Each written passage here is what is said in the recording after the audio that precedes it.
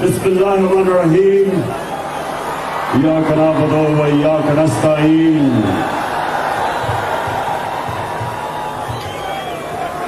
سب سے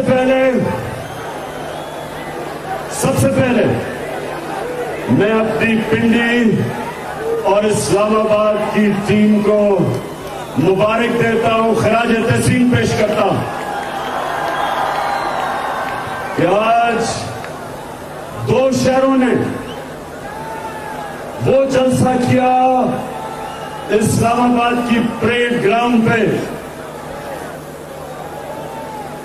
جو اسلام آباد اور پنڈی کی تاریخ پہ ماشاءاللہ اتنا عوام کا سمندر کبھی نہیں دیکھا، تو مبارک ہو، خراج تحسین پیش کرتا ہوں آپ کو۔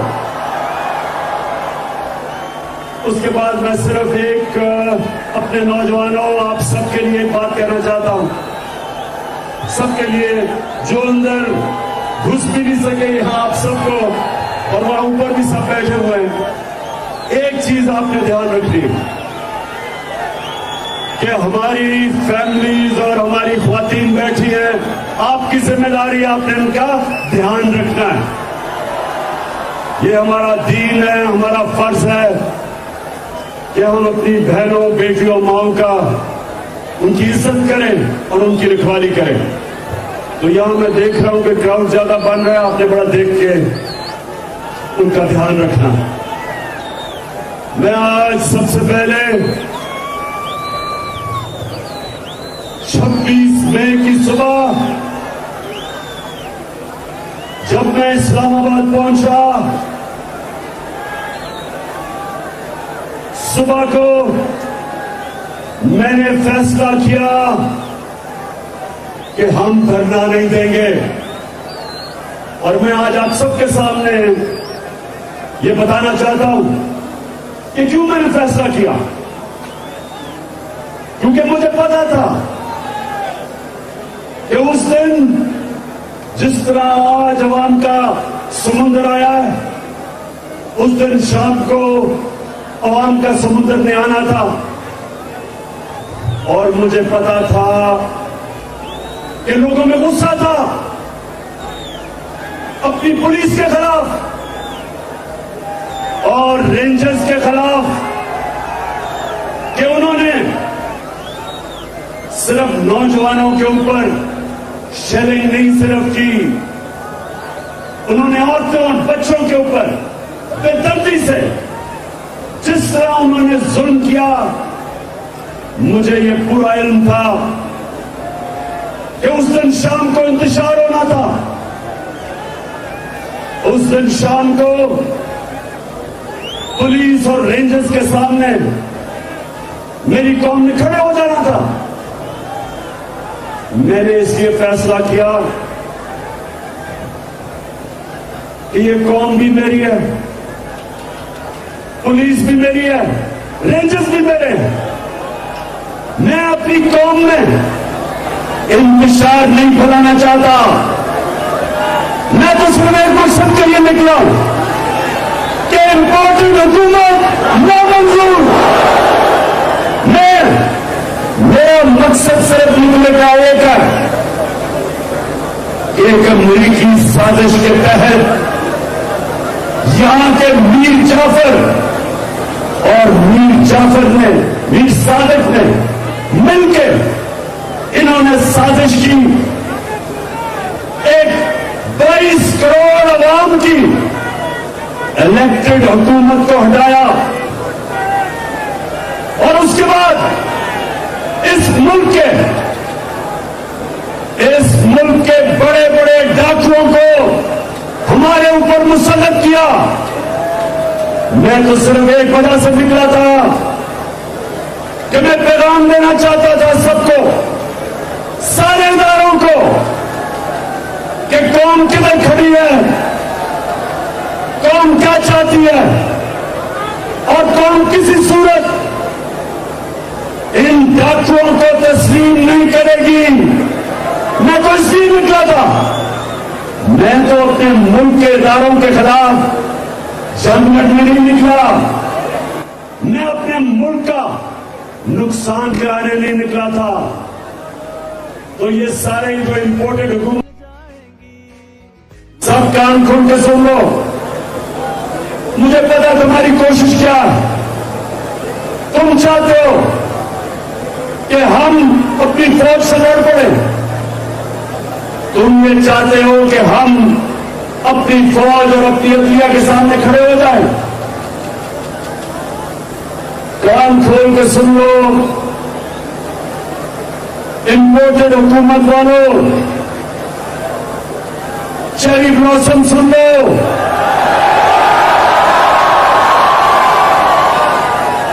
आसिफ जरदारी मुल्क की बीमारी सुन लो, फजल रहमान डीजल सुन लो कि हमारा जीना मरना पाकिस्तान में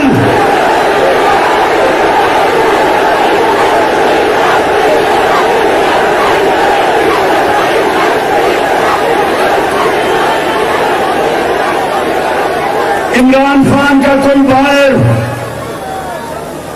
महलात, जायदादें, बिजनेस, कारोबार, इमरान खान का कुछ बाहर नहीं है। 20 साल बाहर कमाई की, सारा कुछ बेच के आज मेरा मरना जीना पाकिस्तान में। कभी मैंने नहीं सोचा कि बाहर का पासपोर्ट ले लूं। मैं जब 18 साल की उम्र से जब मुल्क से गया, कभी मेरे ज़हन में ये नहीं आया कि पाकिस्तान के अलावा मैं कहीं और रह सकता हूं। तो मैं ये इंपोर्टेड हुकूमत को पैगाम देना चाहता हूं, क्योंकि तुम लोगों का जीना मरना पाकिस्तान नहीं। नवाज शरीफ जैसे उसका इत्तेफाक शुरू होता है, मुल्क से बाहर भाग जाता है। मुशर्रफ के दौर में दुम दबा के बाहर सऊदी अरबिया चला गया, उसके बाद वापस आया, मुल्क को लूटा, फिर जब उसके केस शुरू हो फिर वापस भाग गया, और अब फिर एनआरओ की इंतजार कर रहा वापस आने के लिए। आसिफ जरदारी कितने साल बाहर रहा, इनकी जायदादें, पैसा जो इधर से लूटा वो बाहर है, इनको कोई फर्क नहीं पड़ता। इनको कोई फर्क नहीं पड़ता अगर पाकिस्तान नीचे जाता है, अगर रुपया गिरता है, इनके डॉलरों में पैसे हैं, इनकी दौलत में इजाफा होता है। अगर ये मुल्क नीचे जाता है, इनको कोई फर्क नहीं पड़ता, क्योंकि ये तो फिर बाहर जा सकते हैं। नवाज शरीफ के तो बेटे बाहर हैं, बरतानिया का पासपोर्ट लिया हुआ, कहते हम पाकिस्तान के शहरी नहीं। जरदारी जब प्रेसिडेंट था 50 दफा दुबई निजी दौरों पे गया, नवाज शरीफ 22 दफा लंदन निजी दौरों पे गया, तो इनको कोई फर्क नहीं पड़ता। ये वो लोग हैं, ये सुने मेरे पाकिस्तानियों, ये गौर से सुने। ये जब इक़्तिदार में था जरदारी, इसने नाकामी के जरिए अमरीकी सिपा सलार को मैसेज दी, क्या पैगाम दिया कि अमरीकियों को कहा कि मुझे जरदारी को पाकिस्तान की फौज से बचा लो। प्रेसिडेंट होते हुए, पाकिस्तान के प्रेसिडेंट होते हुए अमरीकियों को कहता है कि मुझे पाकिस्तानी फौज से बचा लो।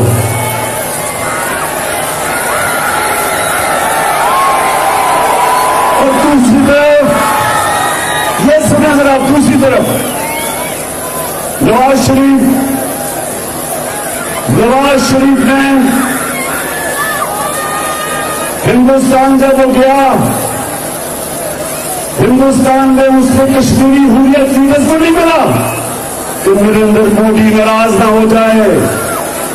और काठमांडू में जब छुप के साथ की मीटिंग की नरेंद्र मोदी से तो अपनी फौज से बच के की।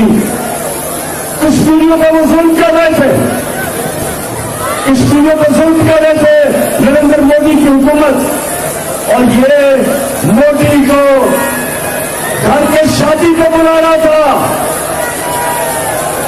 तो हमें पाकिस्तानियों, हम जानते हैं इनका कोई फिक्र नहीं पड़ता अगर पाकिस्तान नीचे जाता है।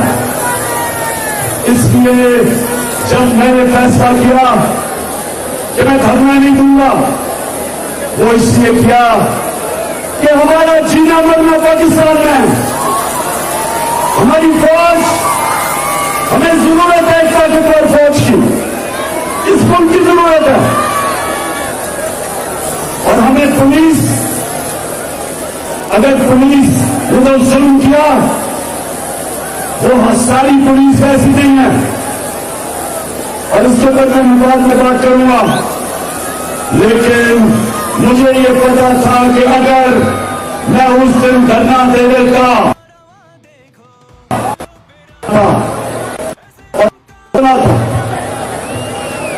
लेकिन पाकिस्तानियों, आज नौजवानों, खास तौर पर आज आपने बात सुनी, मैंने इसलिए आज आप सबको यह दावत दी कि मैं ये साबित करना चाहता था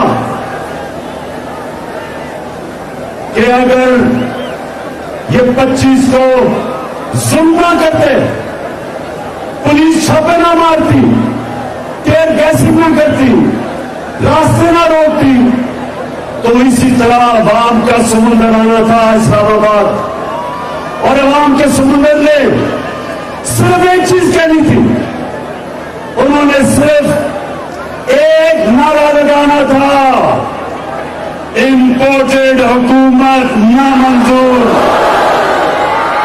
क्योंकि कौन ना ये अमेरिका की साजिश तस्लीम करती है, और ना इन डाकुओं को जो 30 साल इस मुल्क का पैसा लूट रहे, ना उनको तस्लीम करती है। और हम सबको, अपने सारे मुल्क के इदारों को पैगाम देना चाहते थे, पुरअमन एहतजाज करके जो हमारा हक है, इन्होंने हमें वो एहतजाज नहीं करने दिया। और आज सारी कौम देख ले कि सिर्फ यहां नहीं हमारी कौम जमा, पेशावर में लोग जमा हुए, आज लाहौर में 4 जगह पर जमा हुए, कराची में, मुल्तान में, पाकिस्तान में हमारी कौम निकली हुई है। और आपको, इदारों को एक पैगाम दे रही है कि पुरअमन एहतजाज आपको एक पैगाम दे रहा है। अभी भी वक्त है कि इन चोरों से इस मुल्क को बचा लो, कि हम सबके हाथ से जेल ना निकल जाए। चाव भी नहीं रोक सकोगे। और तो पाकिस्तानियों, दूसरी चीज मैं आज आपको कहने आया था, देखिए पाकिस्तानियों, तो और से मेरी बात सुनना, क्योंकि मैं पाकिस्तान के साथ पड़ा हुआ हूं। मेरे माँ बाप एक गुलाम मुल्क में पैदा हुए थे, हिंदुस्तान में अंग्रेजों की गुलामी थी। हमेशा उन्होंने मुझे बताया कि तुम कितना खुशकिस्मत हो कि तुम एक आजाद मुल्क में पैदा हुए। तो मेरे नौजवानों, सबसे पहले मुझे आपको ये समझाना है कि क्यों हमें आजादी चाहिए थी अंग्रेज से, क्यों कायदे आजम ने, क्यों जद्दोजहद की थी एक आजाद मुल्क के लिए। क्योंकि अंग्रेज के जमाने में तो बेहतर कानून चलता था, निजाम बेहतर चलता था। हमारे बड़े बताते हैं चोरी कम थी, कानून की बालादस्ती थी, बेहतर थी। तो क्यों हमने आजादी मांगी? हमने आजादी, सुन लो पाकिस्तानियों, ہم نے اس لیے مانگی کہ ہمارا اللہ سے دعویٰ ہے کہ لا الہ الا اللہ. یہ ہمارا اللہ سے دعویٰ کہ اللہ تیرے سوا ہم کسی کے سامنے نہیں سر جھکاتے. علامہ اقبال نے جو شاہین، اقبال کا شاہین کیا تھا؟ اقبال کا شاہین تھا جو زنجیریں توڑ کے اوپر چلا جاتا تھا، پرواز اوپر تھی. کوئی قوم، کوئی غلام قوم بڑے کام نہیں کر سکتی. غلام قوم اچھے غلام رہتے، صرف آزاد قومیں بڑا کام، بڑا نام بناتی. اور ہمارا جو پاکستان بنا تھا، قرارداد مقاصد میں ہم نے کہا تھا کہ ہم ایک اسلامی فلاحی ریاست بنائیں گے، دنیا کو مثال دیں گے کہ اسلام کیا ہوتا ہے. علامہ اقبال نے اپنی شاعری سے بتایا، جگایا ایک غلام مسلمانوں کو کہ تم کبھی شاہین نہیں بن سکتے جب تک تمہارے غلامی کی زنجیریں زمین پہ رکھتی ہیں آپ کو. اللہ قرآن میں کہتا ہے کہ میں نے تمہیں اپنی سب سے عظیم مخلوق بنایا ہے، اشرف المخلوقات. اور جب انسان پرواز کرتا ہے فرشتوں سے اوپر چلا جاتا ہے. شیطان کو کہا کہ آدم کو سامنے جھکو کیونکہ اس میں بڑی صلاحیت ہے. لیکن قرآن یہ بھی کہتی ہے کہ جب ایک انسان گرتا ہے تو جانوروں سے بھی نیچے چلا جاتا ہے.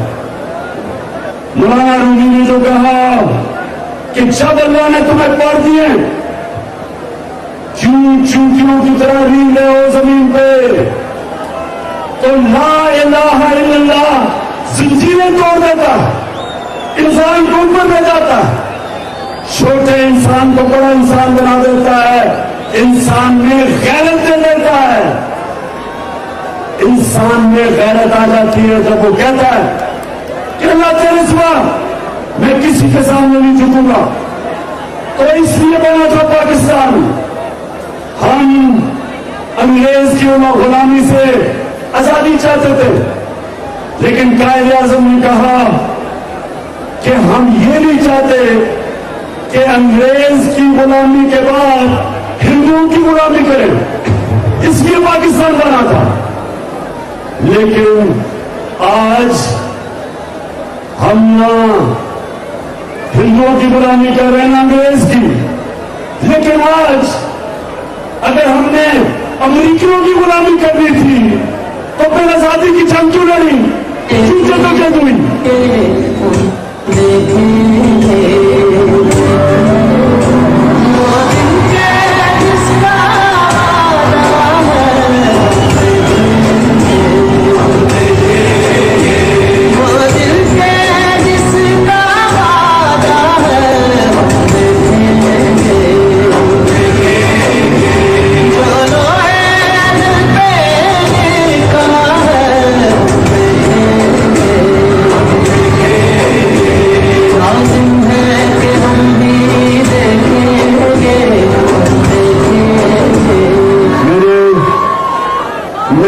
جب پرائم منسٹر تھا تو میں نے فیصلہ کیا تھا کہ ہم نبی صلی اللہ علیہ وسلم کی سیرت اسکولوں میں بچوں کو پڑھائیں گے.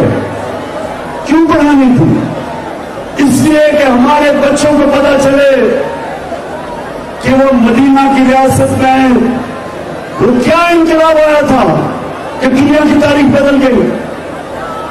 تو پاکستانیوں یہ سنا بات کہ انہوں نے لوگوں کو آزاد کیا تھا اور وہ آزاد لوگ انہوں نے دنیا کی امامت کی تھی. تو ہم جو آج پاکستان میں ہم جو نکلے ہوئے ہیں، ہم صرف پیغام یہ پہنچانا چاہتے ہیں کہ یہ امریکیوں کے غلاموں کو، ان چوروں کو یہ قوم کبھی تسلیم نہیں کرے گی. ہمارے عظیم لیڈر محمد صلی اللہ علیہ وسلم، انہوں نے جب تھوڑے سے مسلمان تھے، 2 سپر پاور تھی، انہوں نے ایک خط لکھا، ایک سپر پاور کو رومن ایمپائر کو، دوسرا جو پرشین ایمپائر تھا، انہوں نے پیغام دیا، یہ نہیں کہا کہ ہمیں امداد چاہیے، انہوں نے کہا کہ میں اللہ کا پیغام لے کے آیا ہوں، اگر تم اس پیغام پہ چلو گے اپنی بہتری کے لیے، نہیں چلو گے تمہاری بربادی ہے۔ اور یہ 628 اور 629 کو 2 خط لکھے تھے انہوں نے، اور وہ 10 سال کے بعد دونوں سپر پاور گھٹنے ٹیک گئی تھی۔ یہ تاریخ کا حصہ ہے۔ لیکن میں آج چاہتا ہوں فیصل، وہ ذرا ویڈیو چلاؤ کہ جو آج کل کے ہمارے حکمران ہیں وہ کیا کہتے ہیں، ہم اپنے نبی کی امت ہیں، لا الہ الا اللہ۔ اب یہ بات سنیں، جب میں آیا ہوں تو آپ سمجھیں کہ شاید ہم نے آیا نہیں آیا، لیکن مجبوری ہے۔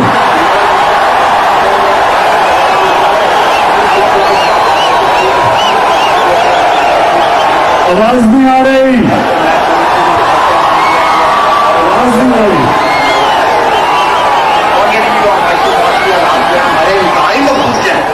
یہ سارے وینٹیلیٹر جو ہے نا یہ لگے ہوئے ہیں امریکہ کی مرضی سے لگے ہوئے ہیں۔ امریکہ چاہے تو یہ سارے کے سارے جو ہم نے جو ڈرپس لگی ہوئی ہیں، جو وینٹیلیٹر لگے ہیں، سارے کے سارے آف ہو جاتے ہیں۔ پاکستانی یہ ہیں آپ کے لیڈر، ایک کہتے ہیں کہ ہم بیکاری ہیں، ہم بیکاری ہیں اس لیے ہم امریکہ کی غلامی کر رہے ہیں۔ دوسرا کہتا ہے کہ ہمیں امریکہ نے وینٹیلیٹر پر لگایا ہوا ہے اس لیے ہم مجبور ہیں غلامی کرنے کے لیے۔ میرا سوال ان دونوں کو ہے، ان فوڈ پالیشرز کو میرا سوال ہے کہ وینٹیلیٹر پر لگایا کس نے؟ 30 سال تم 2 خاندان اس ملک کے اوپر حکومت کرتے رہے ہو، 30 سال، تو 30 سال تم نے حکومت کی ہے، تو وینٹیلیٹر پہ کس نے لگایا ہے؟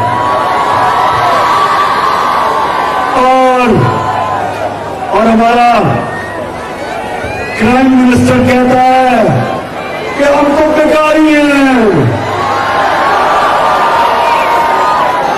اب مجھے یہ بتاؤ، اب یہ ذرا پاکستانی یہ بتاؤ کہ کہاں قائد اعظم محمد علی جناح، کہاں پاکستان کا نعرہ کہ پاکستان کا مطلب کیا،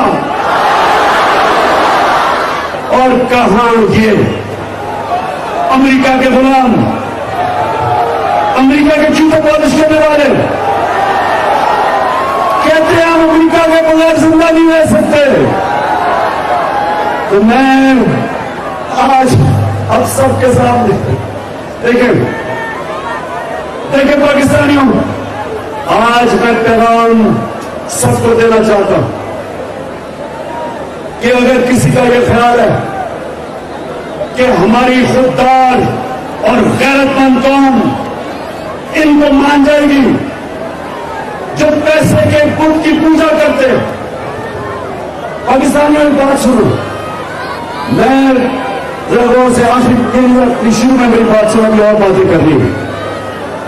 میں جب اس دنیا سے جاؤں گا، میں اپنے اللہ سے، اللہ کے سامنے جب جاؤں گا تو میں صرف ایک چیز چاہتا ہوں کہ میں یہ چاہتا ہوں کہ جب میں دنیا سے جاؤں تو میرے جو نوجوان ہیں، میری قوم، وہ لا الہ الا اللہ کا مطلب سمجھ جائے۔ لا الہ الا اللہ کا مطلب، اس کا یہ مطلب ہے کہ اللہ تیرے سوا میں کسی کے سامنے نہیں جھکتا، اس کو بھی سمجھ جاؤ۔ बुत सिर्फ मिट्टी के नहीं होते, ये नहीं कि मूर्ति एक बोतल और उसकी सिर्फ पूजा करना शिर्क है। जो चीज जिधर आप अपने जमीर की कीमत लगा देते, जिधर आप अपनी जमीन को बेचते हैं, वो शिर्क है। जिधर सच और हक के रास्ते में आप कोई भी चीज ले आते हैं, वो शिर्क है। सबसे बड़ा बुत, पाकिस्तानी और नौजवानों सुन लो, सबसे बड़ा बुत खौफ का बुत है।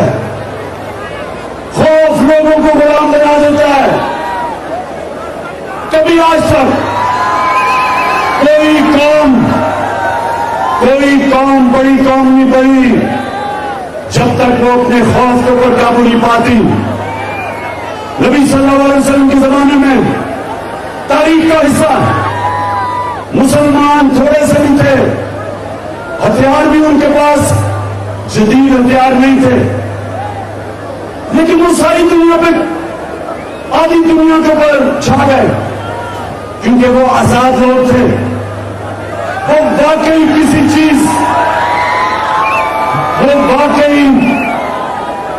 वो वाकई किसी किस्म का शिर्क नहीं करते थे। पैसे का होता है, लोग पैसे के सामने अपना जमीन बेच देते। नौकरी, अपनी नौकरी बचाने के लिए अपना जमीन बेचते। वो जो पुलिस वाले और वो रेंजर्स जिन्होंने औरतों बच्चों के ऊपर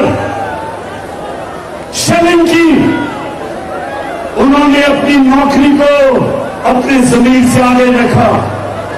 कोई कानून इजाजत नहीं देता कि आप औरत बच्चों के ऊपर जुल्म करें, कोई कानून इजाजत नहीं देता, लेकिन उनको खौफ था कि मेरी नौकरी ना चली जाए। उनको यह खौफ था कि मेरी नौकरी ना चली जाए। अपनी नौकरी बचाने के लिए वो अपना जमीन का बेचते। नौजवानों, जिस दिन आप ला इलाहा इल्लल्लाह का मतलब समझ गए, आपकी परवाज ऊपर होनी शुरू हो जाएगी। अब सुने, मैं ये चाहता हूं कि मेरी कौम खुददार हो, मेरी कौम अपने पैर पे खड़ी हो, मेरी कौम कभी किसी मुल्क के सामने हाथ ना फैलाए।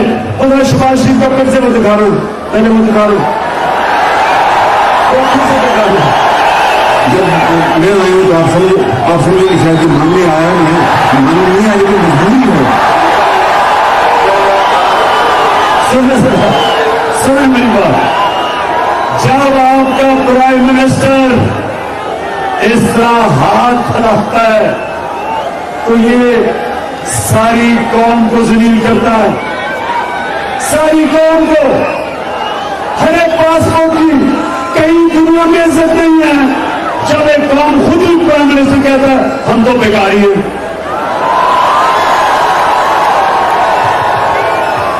ये है बेकारी, ये पैसे के खुदा की पूजा करने वाले, इनके पैसे पड़े हैं बाहर, इनके अरबों डॉलर बाहर पड़े, इनकी जायदादें बाहर हैं, बैंक बाहर, बैलेंस बाहर है, इनकी बिजनेस बाहर है, इनकी छुट्टियां बाहर हैं। इनके बच्चे बेटे कहते हैं, 3 दफा प्राइम मिनिस्टर, बेटे कहते हैं जी हम तो पाकिस्तान के शहरी नहीं, हम तो बरतानिया के शहरी हैं। बेटे ऐसे कहते हैं जैसे ये बरतानिया की मालिक के घर में पैदा हुए हैं, गवार मंडी में नहीं पैदा हुए। तो पाकिस्तानियों, ये मैं आज आपको इसलिए बुलाया कि मैं चाहता हूं कि हमारी कौम खुदा को हम दे। हम कभी इस तरह के चोरों के सामने ये हमारे ऊपर मसलत ना हो। अच्छा, दूसरी चीज, अब सुने, पहली तो तकलीफ हुई कि امریکہ نے سازش کی، امریکہ نے سازش کی. یہ سنیں یہ بھی میں آپ کو بتاتا ہوں. پہلی تکلیف تو امریکہ نے سازش کی. دوسری تکلیف کیا کہ سازش کر کے اس قوم کی اتنی بڑی توہین کی کہ اس ملک کے بڑے بڑے ڈاکو کو ہمارے اوپر مسلط کیا. اور میں آپ کو اس وقت دکھانا چاہتا ہوں کہ میں صرف ان کو ڈاکو نہیں کہہ رہا. میں تو 26 سال سے پولیٹکس میں آیا ہی تھا ان کے خلاف جہاد کرنا، چوروں کے خلاف. لیکن میں آج آپ کو بتانا چاہتا ہوں کہ یہ ایک دوسرے کے بدلے میں کیا کہتے تھے، باہر کے اخبار ان کو کیا کہتے تھے.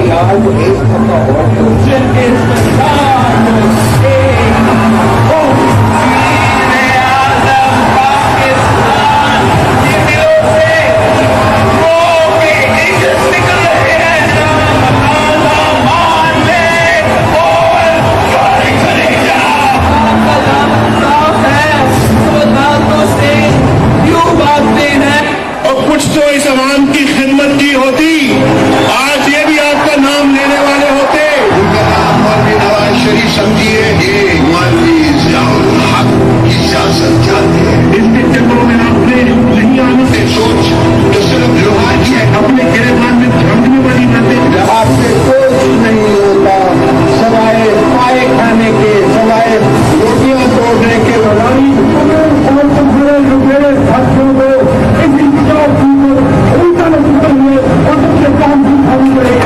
موبائل بادشاہ کو ہم نہیں چھوڑیں گے. بابا 40 کروڑ سے اپنی لوٹ کی طرف واپس نکال کر آپ کے قدموں میں نشاور کریں گے.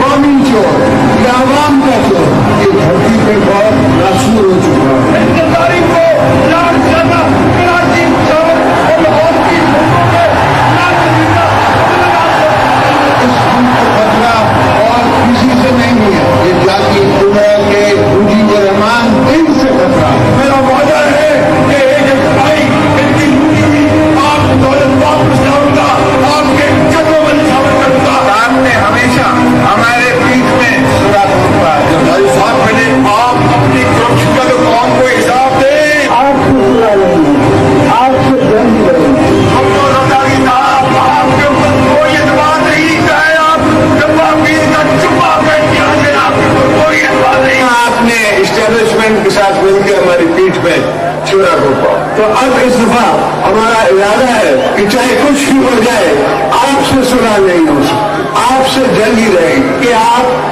سیاسی نہیں ہیں. کسی مسئلے والے کے پاس چلی جائے، کسی مرد والے کے پاس چلی جائیں تو آپ کو کہے گا گلی گلی میں شور ہے، نواز شریف شور ہے. آپ کس منہ سے جاؤ گے والد سلام ملک کو پھر نہیں آتی. جی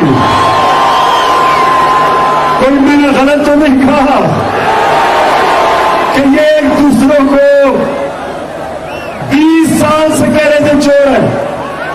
کیس کی ایک دوسرے کے اوپر، انہوں نے ایک دوسرے کے اوپر کیس کیا. زرداری کو جیل میں ڈالا نواز شریف نے 2 دفعہ چوری پہ. اور آج سارے اکٹھے ہو گئے ہیں، سارے اکٹھے ہو گئے ہیں اور مل کے پاکستان کا خون چوسنے آئے ہیں. بلکہ میں نے یہ تو آپ نے پاکستانی دیکھے، باہر کے اخباروں میں، باہر کی کتابوں کے اندر دونوں کی چوریاں لکھی ہوئی ہیں. ان کے اوپر BBC کی چوری کی فلم بنی ہوئی ہے. تو میرا آج پاکستان کے اداروں سے سوال ہے کہ کیسے آپ نے ان ڈاکوؤں کو ہمارے اوپر مسلط ہونے دیا. In Egypt, the Sharif family business, called the Ittifaq Group, grew from humble origins to become one of the country's largest enterprises. Though some of the Sharif family mills are now almost derelict, at the start of the 90s they prospered. The methods that were as farcical as they were illegal. What Malik investigated and put before the court were allegations that the family, having moved money out of Pakistan in the good times, were now bringing it back when they needed it. ये जरा बाहर के अखबारों में देख लें कि paint house pirates का मतलब डाकू, ये देखें। सो ये बाहर के अखबारों में इनकी चोरियां, बाहर की किताबों के अंदर इनकी चोरियां के ऊपर लिखा हुआ है।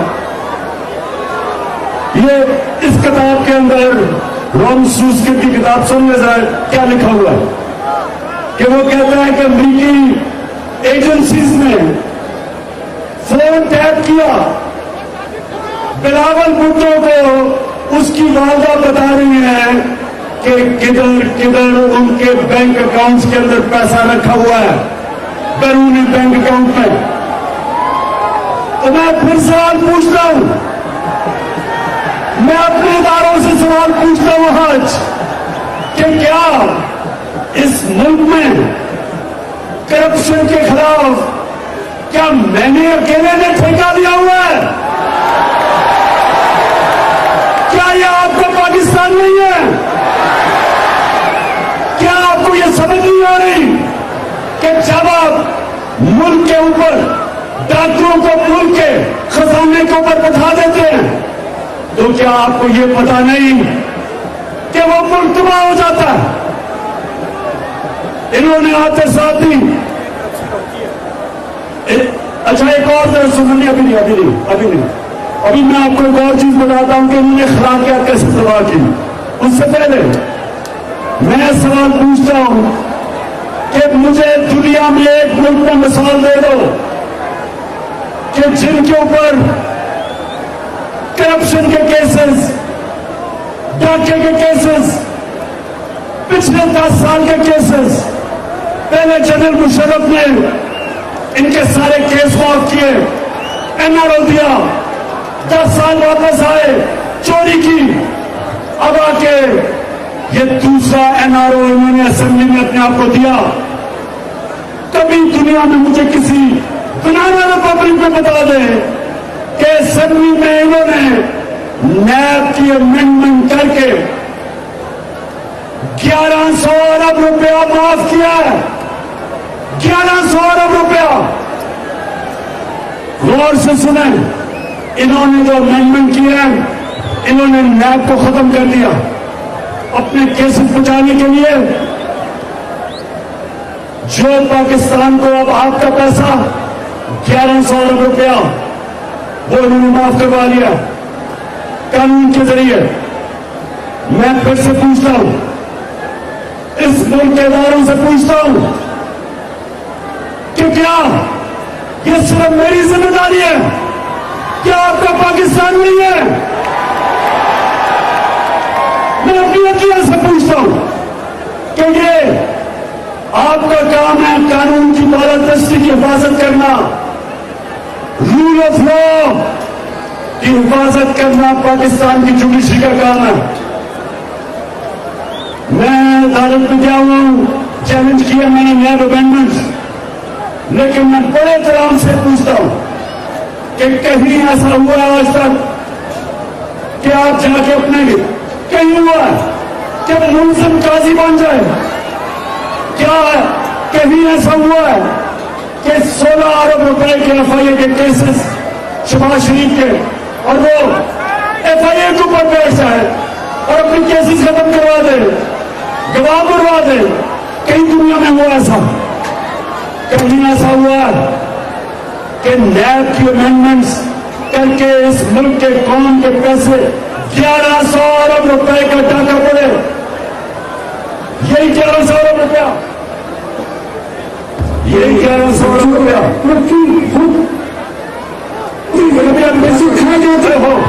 ठहर जाओ इसको।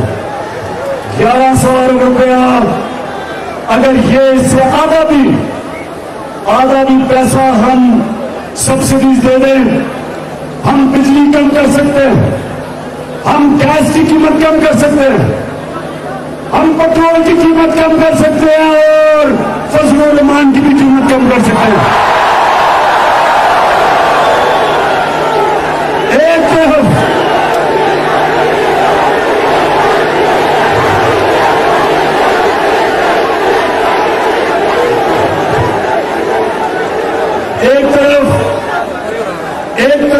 عوام کے اوپر مہنگائی کا بوجھ، مہنگائی کی دلدل میں عوام پھنس رہی ہے، اور دوسری طرف اپنے آپ کو 1100 ارب روپے کی NRO دے رہے ہیں۔ میں اپنے نیوٹرل سے پوچھنا چاہتا ہوں،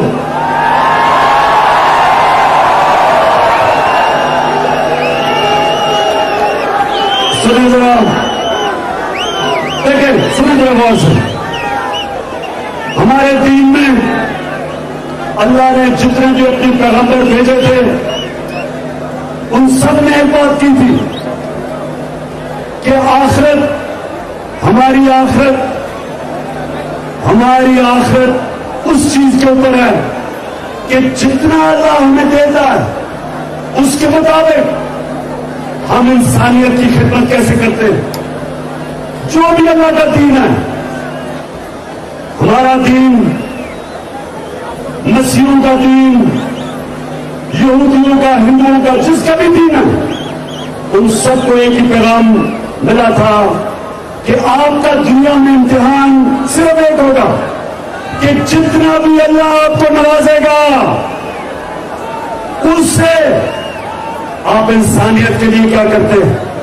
عمران خان سے جب اپنے اللہ رب کے سامنے کھڑا ہوں گا، وہ کہے گا میں نے تمہیں اتنی شہرت دی، کھیلوں کی گراؤنڈوں میں اتنی شہرت دی، بتاؤ تم نے اس شہرت سے انسانوں کو کیا خدمت کی۔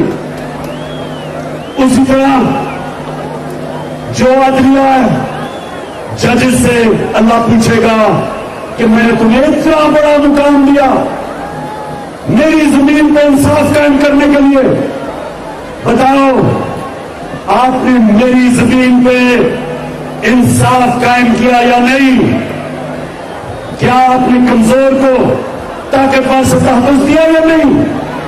کیا آپ طاقتور کو قانون کے نیچے لے کے آئے یا نہیں؟ وہ پوچھیں گے آپ سے کہ میرے نبی صلی اللہ علیہ وسلم نے تقریباً 1500 سال پہلے کہا تھا کہ وہ قوم تباہ ہو جاتی ہے جدھر چھوٹا چور جیل میں جاتا ہے اور بڑا ڈاکو NRO لے لیتا ہے، وہ قوم تباہ ہو جاتی ہے۔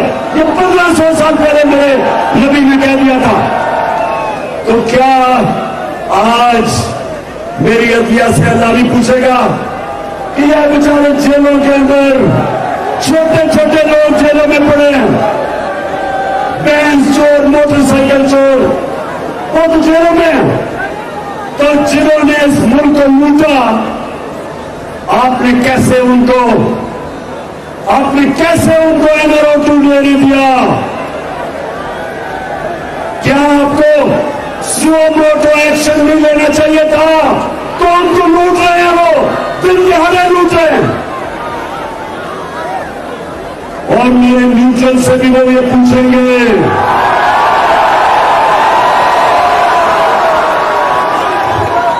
اللہ کہے گا کہ نیوٹرلز، بڑی اچھی بات آپ نے کی کہ آپ سے نیوٹرل رہنا چاہتے ہیں، بہت اچھی بات کی آپ نے، لیکن طاقت آپ کے پاس ہے، طاقت تو آپ کے پاس ہے، کیسے آپ نے ان چوروں کو ملک کے اوپر مسلط ہونے دیا؟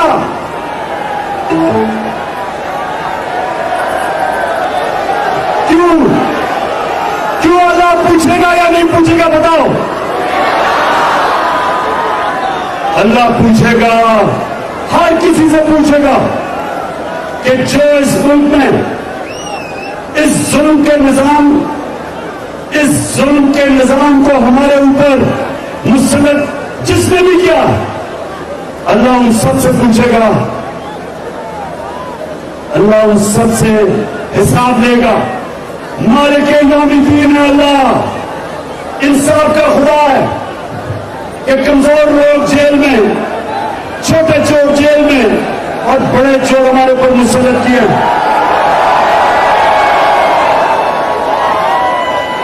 اچھا، ایک اور کہ اللہ کا حکم ہے امر بالمعروف، اس کا حکم ہم سب کو ہے کہ تم نے اچھائی کے ساتھ کھڑے ہونا ہے، رائے حق پہ کھڑے ہونا، اور تم نے برائی اور بدی کے خلاف جہاد کرنی ہے. اللہ کا حکم ہے کہ تمہیں اجازت بھی نہیں دی اسے ہونے کی. اچھائی اور برائی کے بیچ میں آپ نے فیصلہ کرنا ہے. کہ جو آج اوپر لوگ بیٹھے ہوئے ہیں, سب سے بڑا ظلم چوری کے علاوہ وہ اس ملک کی اخلاقیات تباہ کر رہے ہیں, اچھے برے کی تمیز ختم کر رہے ہیں. میں آپ کو چاہتا ہوں کہ وہ آپ دکھائیں ان کو. ذرا بچوں ہوتی ہے, پیسے کھائے جاتے ہیں, یہ ریت پڑھنے دیں, اس ریت کو مضبوط ہونے دیں, یہی پاکستان کا مقدم کامیاب کرے گا. آج جو سب سے بڑا سبق ہے وہ یہ ہے کہ آپ کو میں دنیا میں بہت سے ممالک گنا سکتا ہوں کہ جنہوں نے ہماری جتنی کرپشن کے باوجود ترقی کر لی ہے. اساسی آمدن کے مطابق نہیں تو تمہیں اس سے کیا؟ نواز شریف کی پھر عدلیہ پر نکتہ چینی.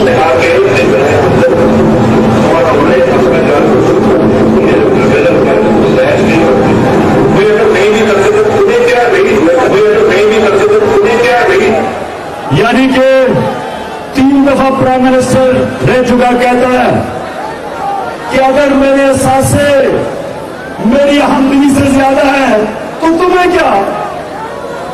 تو میرے پاکستانیوں, یہ صرف پیسے کی چوری نہیں, یہ اس ملک کی اخلاقیات, ہماری اخلاقیات تباہ کر رہے ہیں. اور جب ایک ملک کی اخلاقیات تباہ ہوتی ہے, ملک تباہ ہو جاتا ہے. تو میں آج نوجوانوں سنو ذرا میری بات. اب میں آپ سب سے ایک بات پوچھتا ہوں کہ کیا یہ امپورٹنٹ سیٹ اپ, کیا یہ پاکستان کے اوپر جو مسلط کیا گیا, ذرا آج ہاتھ کھڑا کر کے بتائیں کہ کیا آپ اس کے خلاف جدوجہد کریں گے؟ ہاتھ کھڑا کر کے بتائیں. اور میں یہ چاہتا میرے پاکستانیوں, آپ پرامن جدوجہد کے لیے تیار ہیں؟ پھر کھڑے کر کے ہاتھ پڑھیں. میں چاہتا ہوں یہ سب دیکھ لیں, میرے ملک کے سارے لوگ دیکھ لیں کہ یہ ملک ان چوروں کو تسلیم نہیں کرنے لگا. آپ جو مرضی کر لیں, جس طرح لوگوں کو ڈرایا جا رہا ہے, میں آج خاص ایاز امین کے اوپر بات کرنا چاہتا ہوں. ایاز امین کو میں 35 سال سے جانتا ہوں. میرے اس نے تنقید کی, میرے مذاق اڑایا اس نے ان 35 سالوں میں, لیکن میں نے ہمیشہ ایاز امین کی عزت کی, کیونکہ اس نے کبھی اپنے زمین کا سودا نہیں کیا. وہ ایک سچا آدمی ہے,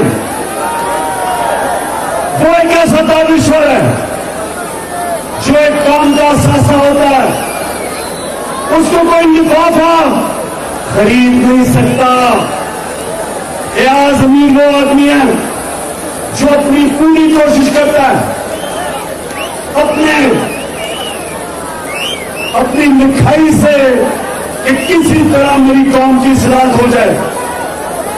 تو جو اسے کل جس طرح اس کے اوپر تشدد کیا گیا, میں آج اس پلیٹ فارم سے ایک تو اس کی سخت مذمت کرتا ہوں, اور میں دوسرا آپ کو پیغام دیتا ہوں کہ اگر کسی کا خیال ہے کہ لوگوں کو اس طرح خوف دلوا کے آپ ان چوروں کو ہمارے اوپر مسلط کریں گے, کبھی اس غلط فہمی میں نہ رہنا. جو بھی یہ سمجھ رہا وہ پاکستانی قوم کو نہیں جانتا, بلکہ یہ قوم اور زیادہ غصے میں آئے گی, اور اس کا آخر میں ملک کو نقصان ہوگا. جو آج صحافیوں سے ہو رہا ہے, عمران ریاض کے اوپر FIR کاٹی ہوئی ہے, साबिर शाकिर मुल्क से बाहर गया हुआ है, समी इब्राहिम के ऊपर FIR। यानी ये क्या, इस मुल्क में क्या पैगाम दिया जा रहा है? क्या ये गद्दार है? ये वो लोग हैं जो सारी कौम जानती है कि अपने ज़मीर का सौदा नहीं करता। ये वो लोग हैं जो इस मुल्क की इस बात के लिए अपने कलम को इस्तेमाल करते हैं, अपनी आवाज को इस्तेमाल करते हैं। तो मैं अपने इदारों को पैगाम देना चाहता हूं कि ये जो हुकूमत कोशिश कर रही है, इससे ये रुकनी नहीं लगा। हम सबके ऊपर FIR काटी हुई है। मेरे ऊपर तो 13-14 FIR है, मेरी पार्टी के ऊपर दहशतगर्दी के केसेस हैं। इससे कोई डरना नहीं लगा। कौम ये खौफ का बुत तोड़ चुकी है। कौम पीछे नहीं हटने लगी। जो मर्जी आप करेंगे, मजीद मुल्क को और अंधेरे में धकेलते रहेंगे। हमारी माशत, मुझे यह बताएं नौजवानों ने, जरा सुने पाकिस्तानियों, आपको पता है कि पाकिस्तान इकोनॉमिक सर्वे के मुताबिक हमारे आखिरी 2 सालों में पाकिस्तान की जो माशत थी वो 17 साल में सबसे बेहतरीन हमारी माशत की परफॉर्मेंस थी। सारा पाकिस्तान इकोनॉमिक सर्वे जो हुकूमत ने निकाला, उसके मुताबिक हर चीज में, इंडस्ट्री में, ज़राअत में, एक्सपोर्ट्स में, टैक्स कलेक्शन में, रोजगार में, हर चीज में हमारी हुकूमत ऊपर जा रही थी। तो जब उन्होंने इसको ऊपर हमारे लेके आए, ये 2 महीने में जो इन्होंने हमारी माशत का हाल किया, आज हमारी माशत नीचे और महंगाई ऊपर। सारी कौम को कहा कि जनाब महंगाई की वजह से ये हुकूमत को जाना चाहिए। हमने जब थोड़ी सी कहा कि ये आलमी महंगाई की वजह से हमें तेल की कीमत ऊपर करनी पड़ रही है, तो इन्होंने क्या कहा, जरा ये सुनिए इन्होंने क्या कहा, ये सुनिए जरा। तेल की जो कीमत है, हुकूमत को 70 रुपए फी लीटर कमी करनी चाहिए। इसलिए 70 रुपए फी लीटर अगर आप तेल की कीमत कम कर दो तो हुकूमत को कोई नुकसान नहीं।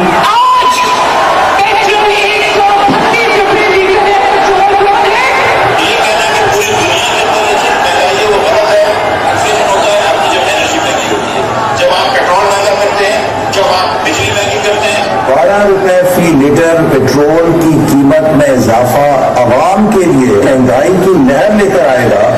इस वक्त 137 रुपए का लीटर कौन आदमी पाकिस्तान में सब किसकी जेब में इतने पैसे की वो खरीद सकता है? मुस्लिम लीग नून और अपोजिशन PDM 1 पैसे की भी मजीद पेट्रोल की कीमत बढ़ाने की इजाजत हुकूमत को नहीं देगी। डीजल के ऊपर हुकूमत पाकिस्तान को 1 लीटर के ऊपर 70 रुपए नुकसान हो रहा है। उसके ऊपर 30 रुपए लगी लगनी चाहिए थी, तो 70 और 30 यानी कि 100 रुपए इन्हें से बढ़ने चाहिए और उसके ऊपर सेल टैक्स लगना चाहिए। 150 रुपया डीजल का बढ़ाना पड़ेगा और 100 रुपया पेट्रोल का बढ़ाना पड़ेगा। हमने पेट्रोल की प्राइस बढ़ाई है, जो डीजल की प्राइस बढ़ाई है, उससे पाकिस्तान को दिवाली से बचाया है। तो सिर्फ बकाया किस्म है तेल सबसे कौन सा ऐसा मुल्क है तो इस वक्त तेल की जो है सबसे बड़ा। पिछली हुकूमत ने तेल और पेट्रोल की कीमतें आलमी मंडियों में आसमान से बातें कर रही थी, मगर तेल और उसके पेट्रोल की कीमतें जो बाहर से हम इम्पोर्ट करते हैं और वो आसमान से बातें उनकी कीमतें कर रही थी और हैं, अब और भी बढ़ गई हैं। उनकी कीमतें कम कर दी,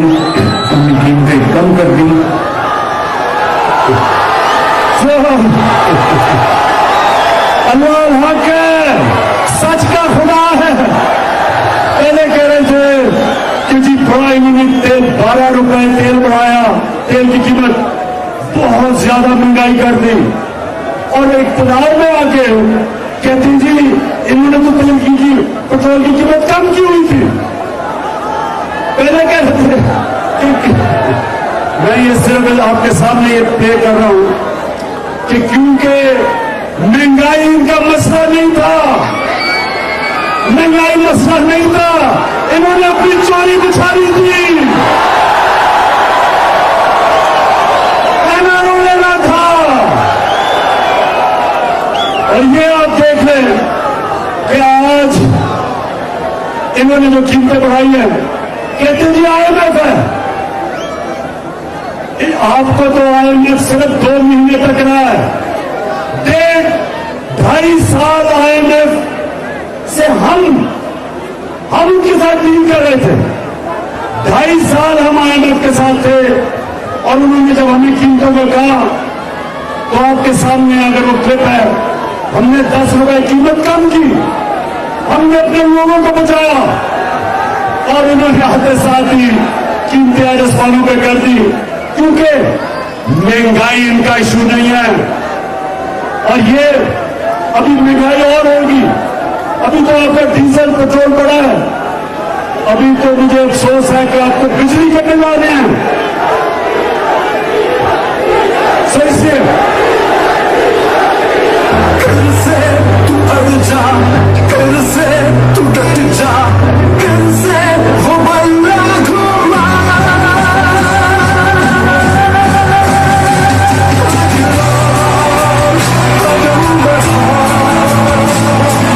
कर से वो जब जीत के आया था, कर से को जिता।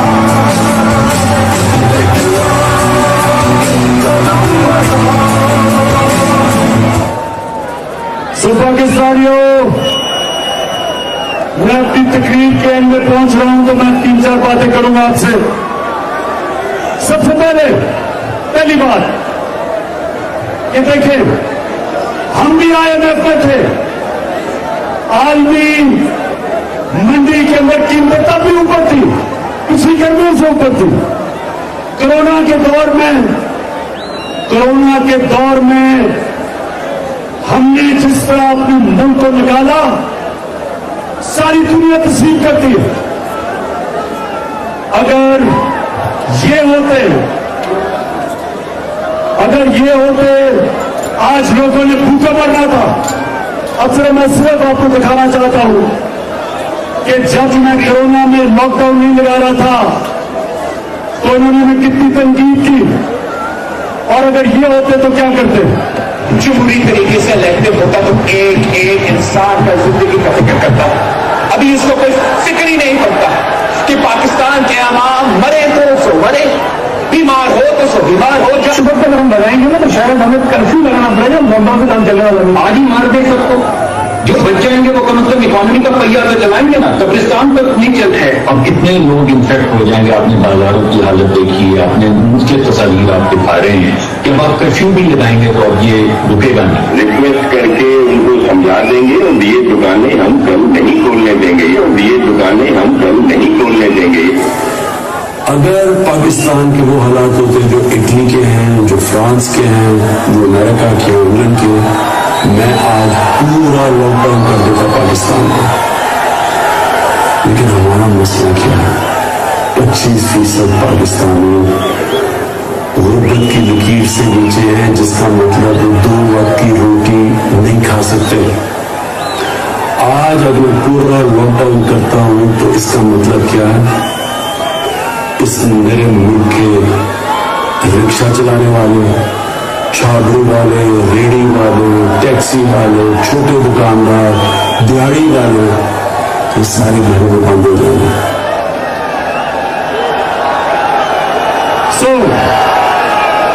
ये मुझे कह रहे थे कि लॉकडाउन लगा दो, मैं इनको कहता था कि ये बेचारे दिहाड़ीदारों का क्या होगा, वो किधर से खाएंगे, वो किधर से, अगर वो उनकी दिहाड़ी है तो वो बच्चों का पेट पालते हैं।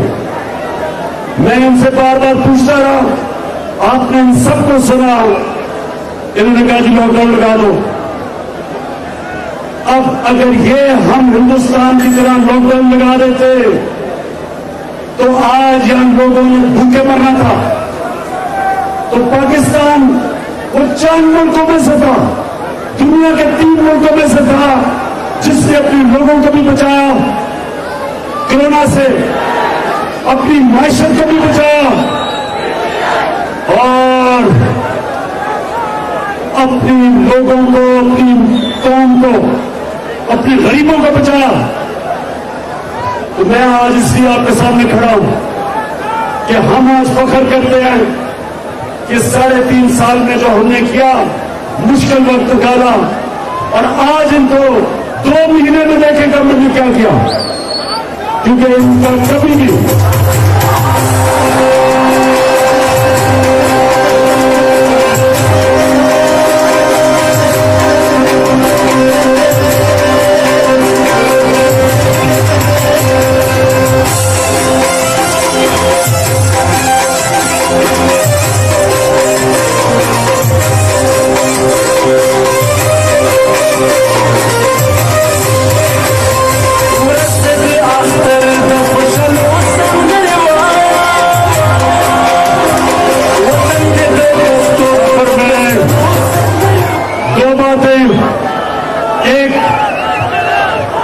लोगों को, चोरों को मुल्क में मुसल्लत करने के लिए सबसे पहले मुझे जो खौफ है, इन्होंने इलेक्शन कमीशन के जरिए धांधली करनी है। अभी आप देख रहे हैं कि जो सिंध का लोकल गवर्नमेंट का इलेक्शन हुआ, इत्तेहादी पीपल्स पार्टी के JUI, MQM, उनसे पूछे कि कितनी ज्यादा धांधली की। 15% सीटों पे इन्होंने पुलिस के जुल्म से लोगों को खड़ा ही नहीं होने दिया।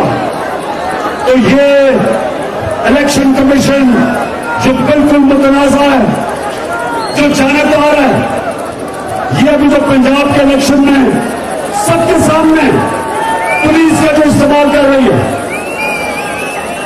इनके नीचे कभी साहब और शबाब इलेक्शन नहीं हो सकते। तो इनको ऊपर मुसल्लत करने के लिए पहले तो इन्होंने इलेक्शन में धांधली करनी है। हम कहते हैं गए 2 साल से कि EVM मशीन का इस्तेमाल किया जाए। क्यों EVM मशीन? क्योंकि सारी धांधली होती है, जैसे ही पोलिंग खत्म होती है उसके बीच में जब तक रिजल्ट आता है उसमें धांधली होती है। हमने इसलिए EVM मशीन का कहा था कि जैसे ही इलेक्शन खत्म हुआ बटन दबाओ, रिजल्ट आ जाए। ना इलेक्शन कमीशन ने आने दिया और इन्होंने पूरी तरह जमातों ने उसके खिलाफ पूरी मुहिम चलाई। तो दूसरी चीज, इन्होंने पुलिस का इस्तेमाल FIRs का दी है।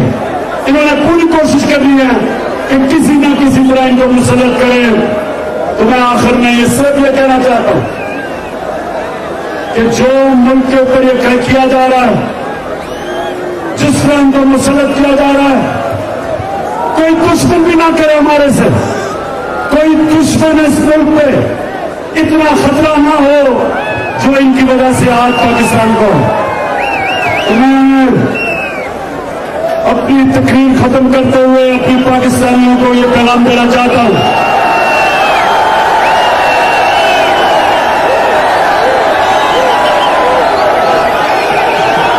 मेरे पाकिस्तानियों,